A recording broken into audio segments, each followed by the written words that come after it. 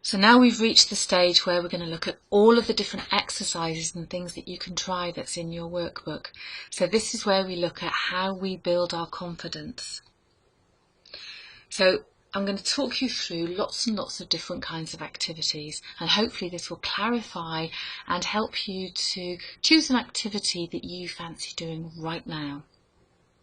Remember we talked earlier about, what would you do if you knew that you could never fail, when we talked about fear. I want you to consider just what that might be. Get your journal, get a pen and write down, what is it? And use the power of visualization when you've got that really great picture in your mind. And if you're one of those people that doesn't visualize things, think it into place. Use some way that you can create a picture or a thing, or you can hear something.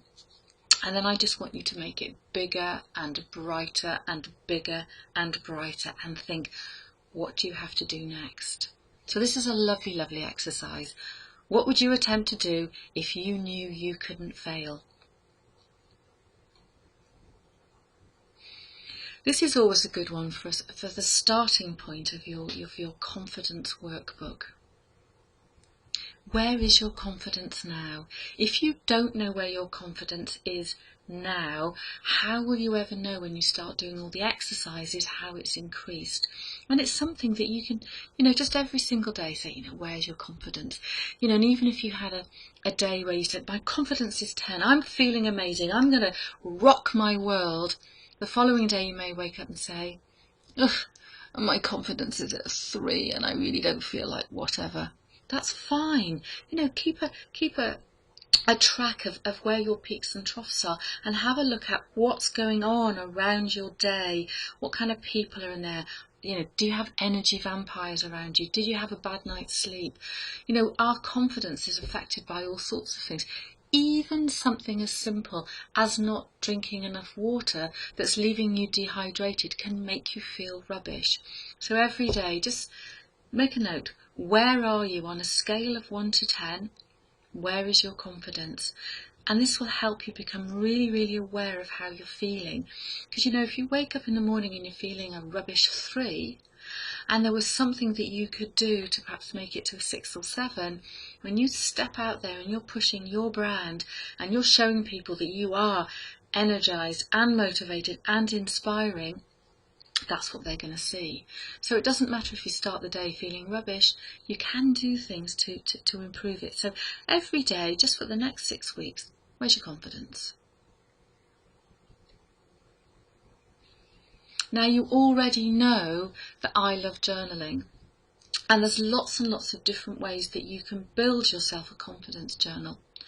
We talked about getting the right environment. So for some people, it might be that they like to do it in the morning or the night in bed. Other people like to journal in a room, their conservatory, sun house, whatever. Pick a time, but do it twice a day. So in the morning, think about what are the great things that are going to happen today. And we talked about visualization, and I said, if you can't visualize, think something into place. So what is going to happen today that is really, really going to impact your confidence and give you an amazing, amazing day? What big goals can you take? Remember, you might have the most enormous goal, but you have to take little tiny steps to get there, and each incremental step is going to be brilliant. So what's today's plan? Think about who you can help today. Helping other people builds your confidence. When you take on something new that may be a stretch of your normal confidence, your normal things that you do, actually it builds your confidence, because when you've achieved it, you can get some great feedback. Feedback lets you know where you are and how far you've travelled in your journey. And then at night, what great things happened today. We often get to the end of the day and go, oh, it was a terrible day and I hated everything about it.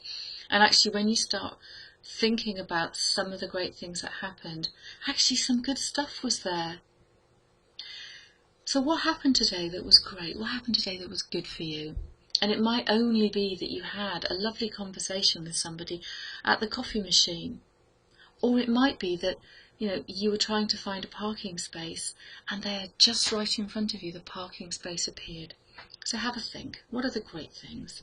And everything that has happened today, it's all about feedback and learning.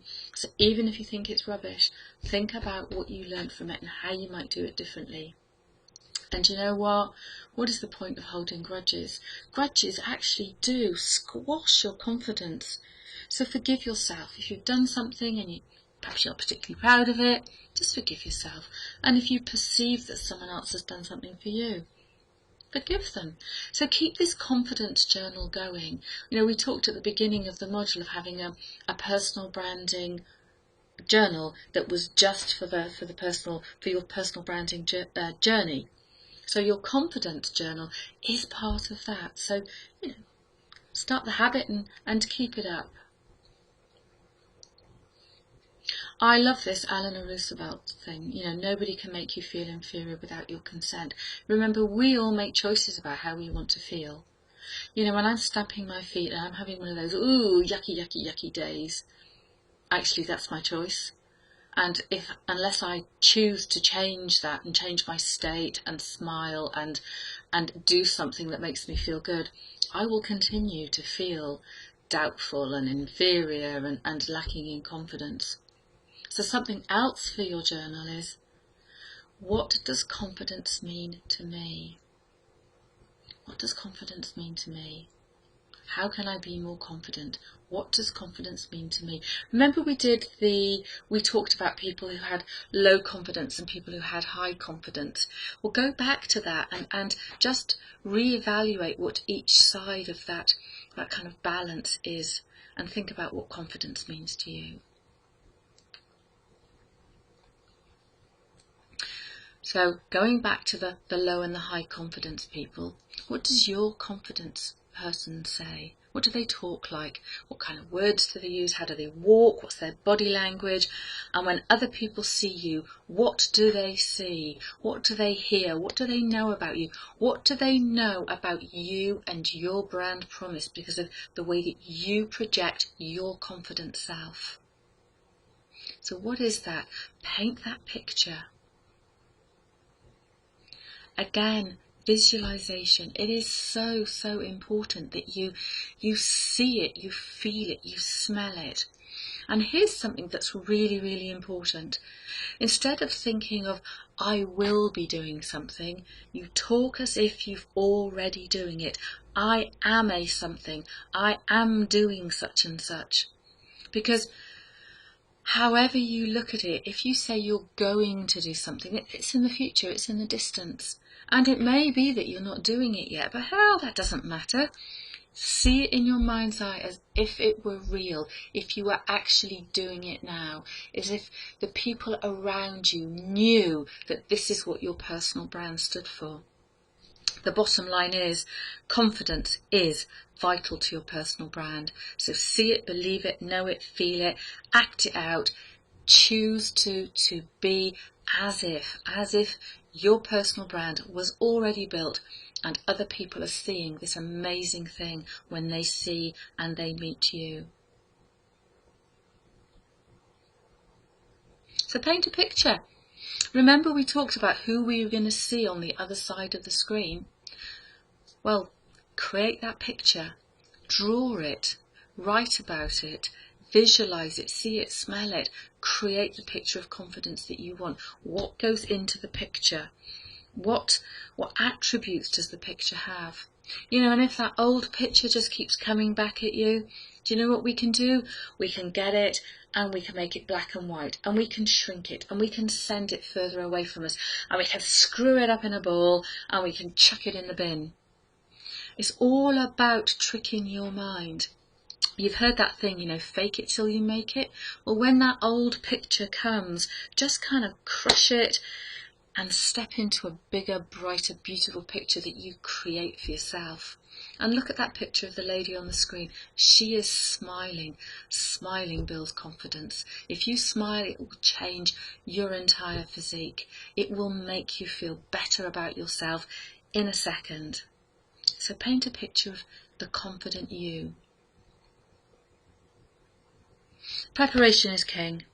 You have to have a personal branding strategy that includes how you're going to be more confident.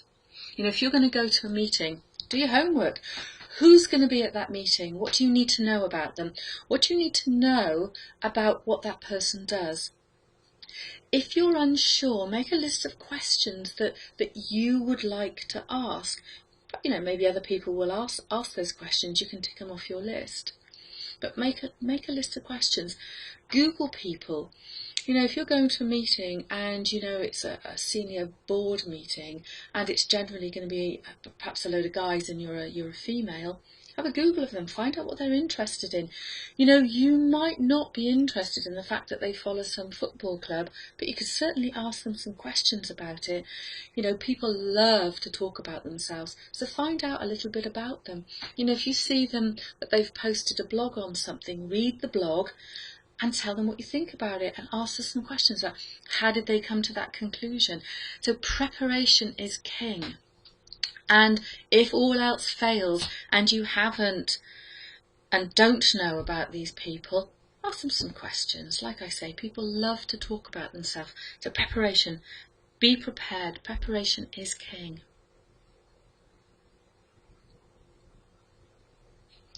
I love this exercise. This is something that I do whenever I'm running a training course. I create an imaginary circle at the front of the room and I throw into it lots and lots of different things that I think that I'll need to have for the course.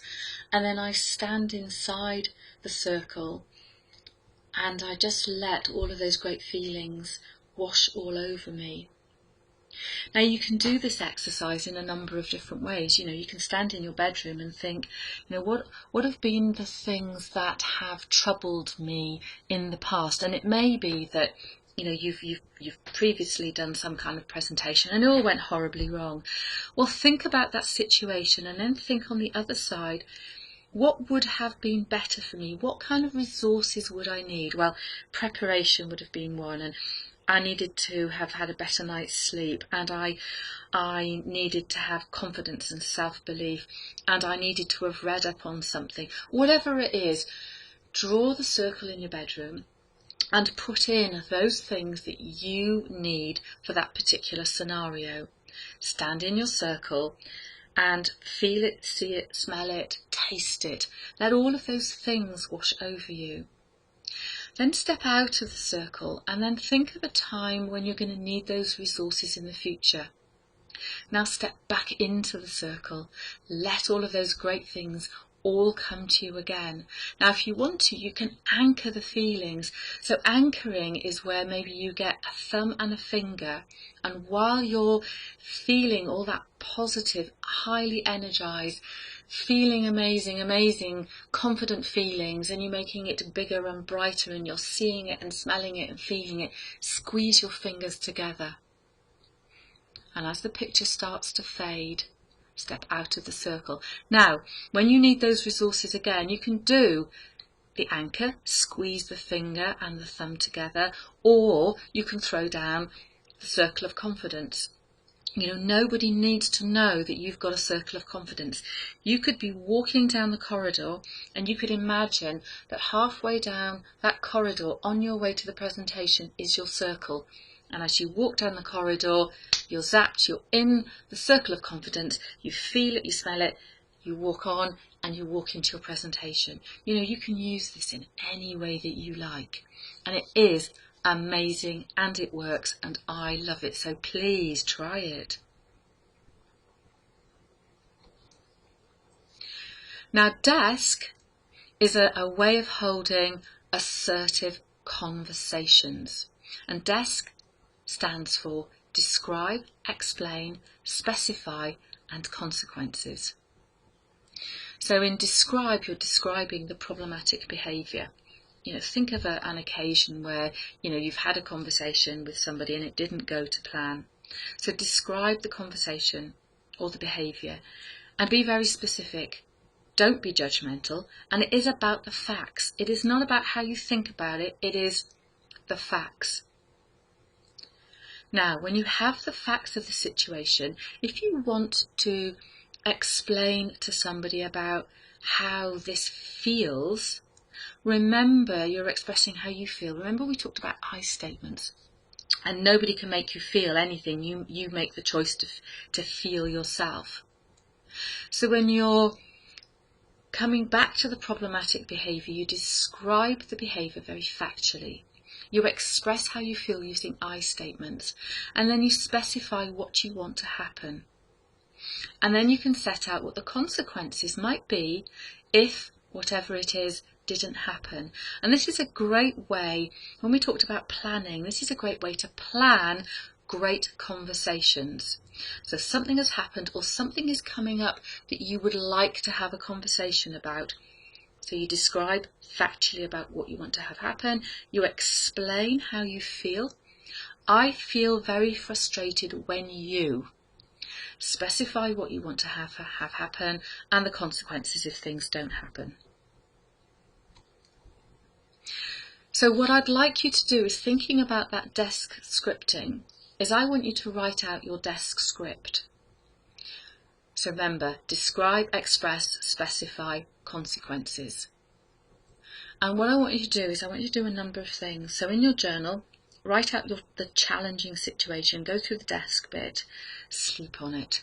And then when you come back the next day, see how you can refine it so that it is more powerful, it will have more impact. And then I'd like you to share it with a partner or a friend and get their feedback and think about how it might be improved. When I've run courses, I often get emails the following day to say, wow, I couldn't believe that what we'd practiced on the course, I needed it by 9:30 the following morning. And although it wasn't perfect, I did it and I tried it, and you know what, it worked. So this is an amazing, amazing tool, and I really, really highly recommend that you put it into practice and you practice practicing it. Oh, this is something else that I love as well. This is a great exercise, and it's something you can do with other people, but equally you can do it on your own. You need 3 chairs. Your chair, the chair of the person that you want to have a conversation with, and the observer. Now, what you do is you place your chair and the person you're going to have a conversation with, you place their chair opposite you, and you place the observer's chair to your left or to the right, but in between the 2 chairs. You start off by saying what it is that you want to say to the other person. So remembering your death script, you can tell them about what happened, how you felt about it, and all of the things that went on.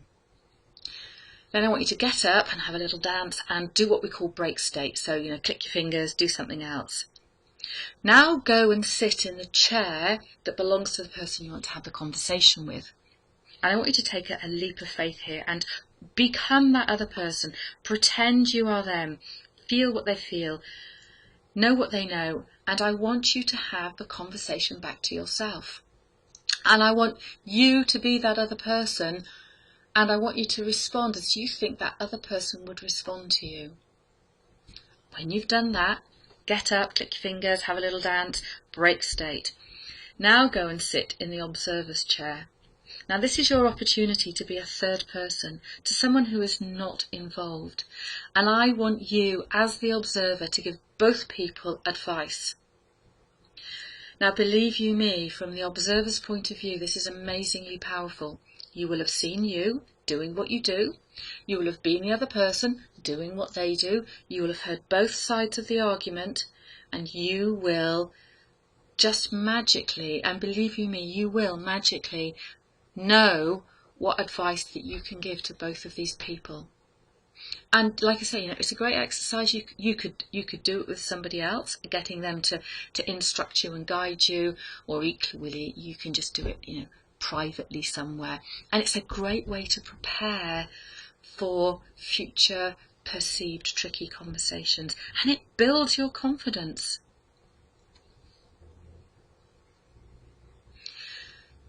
So we've looked at all of the exercises. What I want to do now is just look at some other things about being more confident. So how can you be more confident? In the workbook, there is a section that is 20 ways to be more confident. I'd like you to pick those up and have a read and see what things that you can implement straight away, and start adding your own confidence tips. Try them out, see what works for you. Now finally, think about what you want for your brand. We talked about this right at the very, very beginning. Think about what you want for your brand. Now I want you to write your brand impact statement. What do you want your brand to stand for? What is your brand promise? What is your confident brand promise? You are a confident person who believes in themselves. What do you stand for? So write it, keep writing it until you get it right. Practice with some other people. And when you get it to a point that you think, yeah, do you know what? I have nailed my brand impact statement. Start believing it. Use the visualization techniques. So design the confident self that you want to put forward and have some fun. So your action plan. Keep your confidence journal. Go through the 20 quick and practical methods to increase your confidence. Try one a day, see what happens. And if you can't remember what that one you're supposed to do today is, smile. Smile works wonderfully. Create your own list of confidence tips. Create your list of mindset attributes, the things that you're going to do, the things that are going to build your confident self. And write that, what I am known for, my brand impact statement, and say it. Make it your mantra. Every morning when you wake up, repeat your brand statement. This is what I'm known for. Do have some fun. Please give me some feedback. And just enjoy being the confident self and using the resources that I know that you've got inside you. Thank you so much for running through this module and being a part of Learning to Fly.